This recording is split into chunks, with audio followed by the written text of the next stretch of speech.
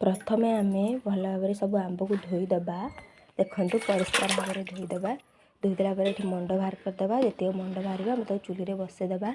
एमती आपणकर जदि भी खरा न आसे आप बसई देकी निआरे 3-4 दिन सब रखिपारे। जेहेतु पोक हेनी टोटाल भी पोक हेनी कि आपण नष्ट भी हेबनी। देखु बसई देती मुझे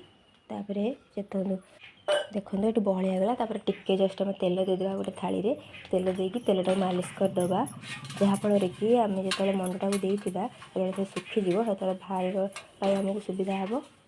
देखो मैं थाली तेल देदेली मंड भी देदेबा दे खरारे सुखेदेबा। आप चाहिए भी से मसला आड करें लंका मेथी जुआणी मत कि भल लगे मसला आड कर खायापी मुझे साधा कर लुण भी देपारे। मुझे किसी भी देनी बस टे लुण देती।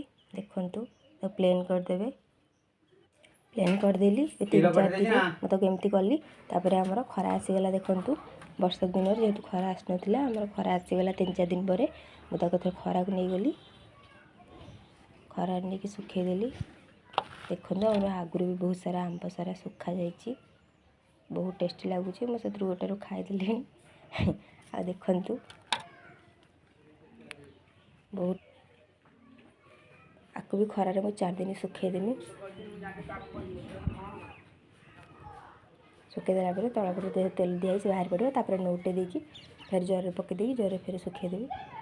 बहुत टेस्टी लगे ट्राए कर मत कहे कमेंट रे केमती लगुच। आप मसला भी ऐड करेंगे मुझे साधा कर मत मसला भल लगे मसला देदेले बहुत टेस्ट भी आसो बहुत दिन भी लास्टिंग कर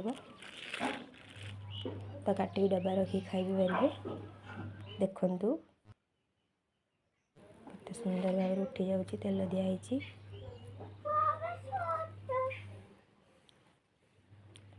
जय जगन्नाथ।